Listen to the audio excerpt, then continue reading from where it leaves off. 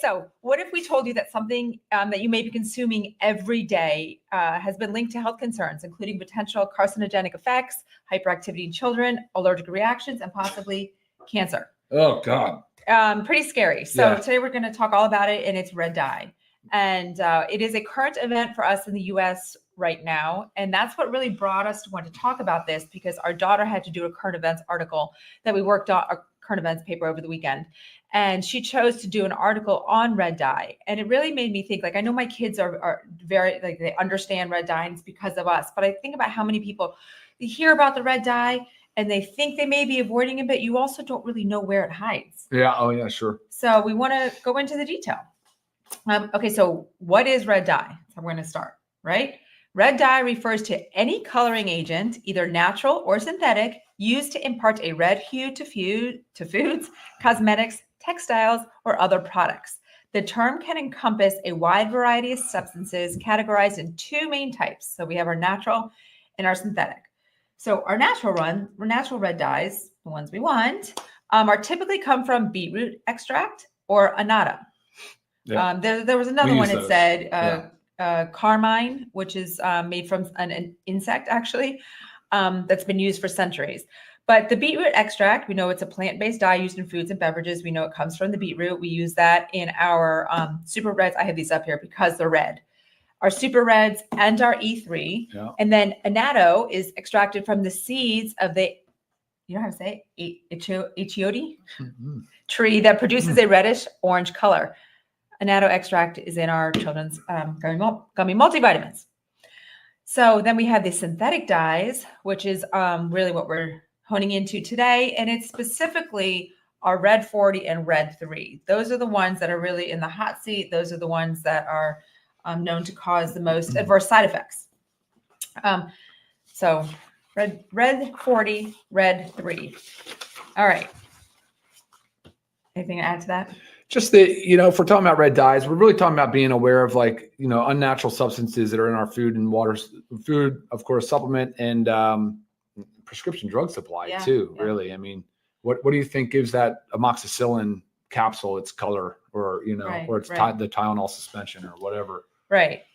So before we go into everything about where we could actually find these dyes lurking, we'll talk about the negative side effects, so you can really understand why these are big health concerns. Red 40.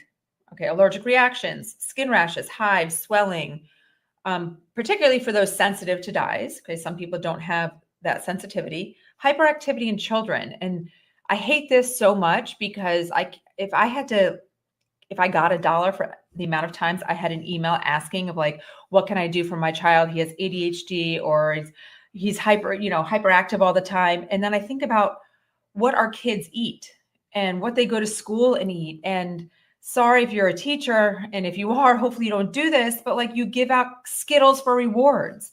And then you wonder why your children are bouncing off the walls, misbehaving.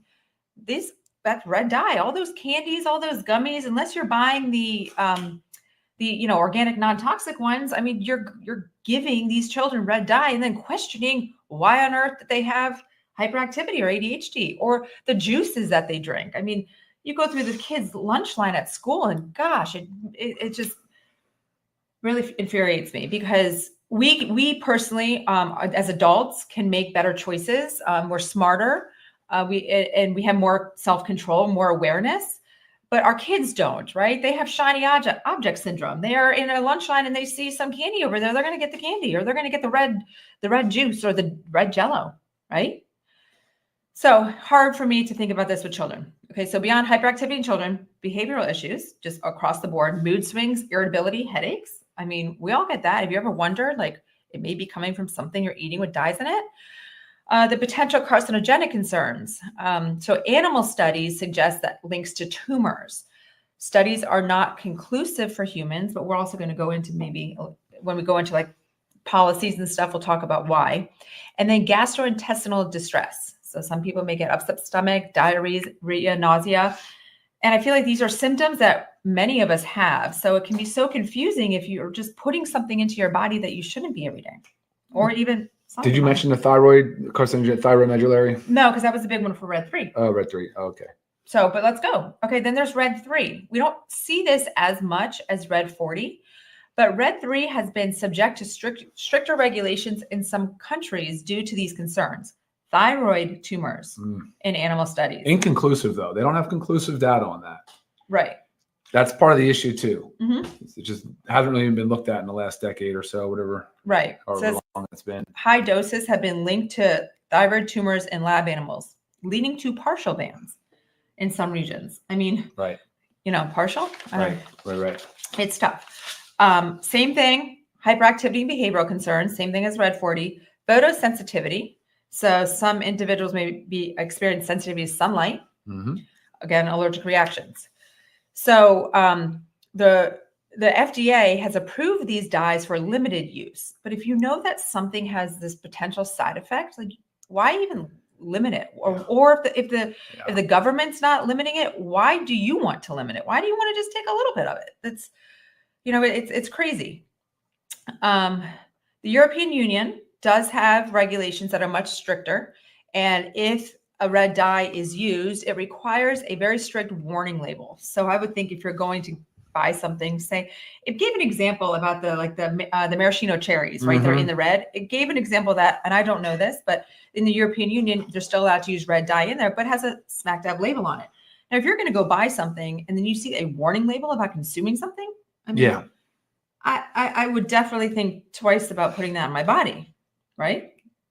Yeah, and I think the states are starting to do that, right? I mean, we see that on a state level now. Yeah. Let's talk about the bans and stuff. Let's talk about the states. Yeah, some of the states have had to move ahead faster than the FDA. The FDA has been dragging their feet, and the FDA commissioner, and of course, guys, we're talking about America, but again, this is just something, an awareness issue for the world, right? Because it's pervasive everywhere, really, in a lot of ways. But he just simply admitted the fact that the FDA just hasn't had the time or resources or money to allocate to studying and to really kind of identifying these red dyes or any like titanium dioxide or any of these other food additives that are commonly used in our food supply and supplements and, of course, medications. So it's becoming more of an issue now, and I'm glad it finally is.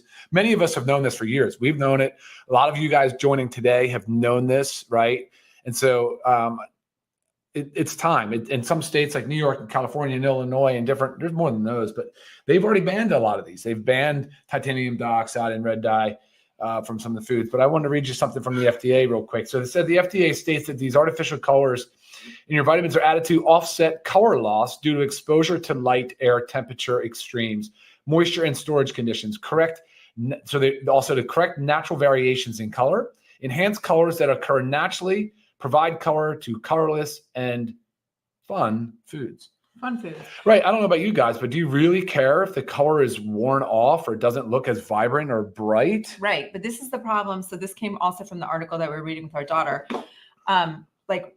We don't care, right? But children care. Right. They love that bright, vibrant color of foods. And in this article talked about Fruit Loops specifically. And Fruit Loops had pulled, I don't remember when they said they did it, but they pulled red dye. Or the dyes from their cereal, and their sales went down. So they went and added the dyes back. It's crazy. I mean, it'll blow your mind, that why these dyes are actually in things and makes me crazy. Yeah. The FDA actually banned the use of red dye 3 and in cosmetics and topical drugs in 1990. After studies showed the risk of a thyroid tumor. So red 3 is banned in cosmetics and topical drugs in the US, right? But not in our food. Yeah, and that's something. So you can ingest it. And we all know what we put on our body, in our body, it does the same. I mean, crazy stuff. So it says still permitted in food, beverages, and oral medications. Look at it's like James says, red dye 40 is in cough drops, Doritos, Cheetos, Fruity Pebbles, Skittles. Mm-hmm. Guys, exactly. I mean, you'll be shocked. They're in vitamins. The Centrum Multivitamin. We actually have it. I'll show you. Here, guys. Centrum. Which one is this? I don't know which ones of Centrum have the dyes in them. Centrum Women. Okay, this is the one I have here specifically. Has red dye 40 in it. Yeah, so you're taking something to better your health, but yet you're poisoning yourself in the process. So why is it in here? So it looks pretty in pink, right? Pink. I mean, Do we need that? No. And it also said that it's added, that they typically add it to vitamins specifically because some of the ingredients in multivitamins can actually change color. And I don't know if you've ever had that happen to you with our multivitamins. I do get the question often, but yes, there are ingredients in them that change color, the botanicals, the iron. Right. So while it might look scary, I mean, I get the question often, like, is that mold? No, it's just the natural process. I mean, but you don't want us to add this pretty red coloring so the whole thing looks nice and pretty and pink, right? Yeah. Crazy. I'm watching a lot of your comments. That's why I'm looking down at the computer. I can Yes. see it's in pudding and cake mix, right? It's like in Yep. confectionery. It's like you can hardly even. I'm telling you, it's wild. Everybody knows this though. Yeah. And that's an answer right here from Sabian. I love this, right? This is the key. You got to do it. You have to be on all organic foods when possible. Yep. And also, this is a tough one too, because, when I say it's in medications, specifically the cough syrups and the liquid Tylenols, like our children, our poor babies that can't swallow. Clearly, Exactly. I mean, you can't swallow a pill until you get a little older. Right. We're forced to, if they're running a high fever, now they have or if they're dye-free. symptoms, they do have dye-free. So that's what I was going to get to. If you go to the pharmacy, make sure you find it. It's clear. Okay. It'll say it. It's kind of, it's always right next to it. It's in a little bit of a different label. Tylenol still makes that one. They still make the ibuprofen. It says dye-free, so it's clear. So I'm sorry if your kid loves to only take their Tylenol because it's pretty in red. You're just poisoning their bodies. It's so horrible. And then also cough syrup. I mean, there's not a pill that we can swallow if we have like this horrible debilitating cough. It's in liquid form. So you've got to find the dye-free. You've got to do it. The options are there. And if the options aren't there, guys, avoidance, pure avoidance. And then I talk about, we have the children's gummy multivitamin. And one of the biggest reasons why we really wanted to bring this to the table was because of the toxins that are actually put in our children's, because they're typically chewable or gummy. Your Flintstones, guys, I grew up on Flintstones. Like, it's horrible. My parents they didn't know any better then. We know better now. If we know better, we have to do better. It's like the biggest thing. Here's a good comment too from Ben Mandantke. Is that you got to read everything. You got to read your labels. That is it. Number one, first and foremost. Even if you don't understand it, just start reading them. It'll start to make sense over time. I mean, marshmallows have dye in it. I mean, they're white. I don't know. That always just blew my mind when I read that. I don't remember what dye it is, but it's in there. That. It's just one of those things. Just read, like she said, you have to read your labels because the red dye is in there. It's sneaky. I feel like it always will say red dye. Okay, this says how to identify. Obviously, check your ingredient list. Maybe listed as Red 40, Allura Red AC, which kind of is confusing, right? Because it has red in there, but it doesn't have the number. So maybe we don't think it's a dye. FD&C Red number 40. So that's typically how you'll see it usually. It'll look. Yeah. So again, this was just wanting to open up. I mean, if you don't know about it, or if you know, I guess we all know about it, but if you don't know where it's lurking, and that's the craziest thing, is how many times it's in supplements. And again, why I pulled our red stuff out is because sports drinks.